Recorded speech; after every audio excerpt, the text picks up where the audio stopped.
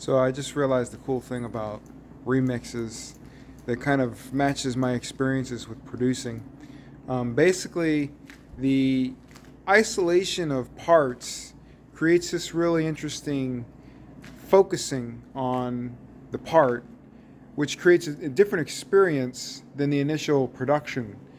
And I noticed this a long time ago when I would isolate certain elements while bouncing for mastering and mixing or producing stems. The isolated part is its own little world, and it's magical when it happens like in that way because you're not really expecting to make this little creation while you're focusing on this other part of the creation, and it's incredibly cool to like have done that by a side effect. And so, anyways, I just wanted to mention that it's really interesting to hear the remixes now in the context of knowing that those isolated parts, they're being magnified to illustrate this exact concept because solo sounds are their own experience, even though they're not produced and they're not full, but they're their own experience because they have this way of encapsulating their own rhythm, melody, somewhat bass, and the whole thematic experience basically.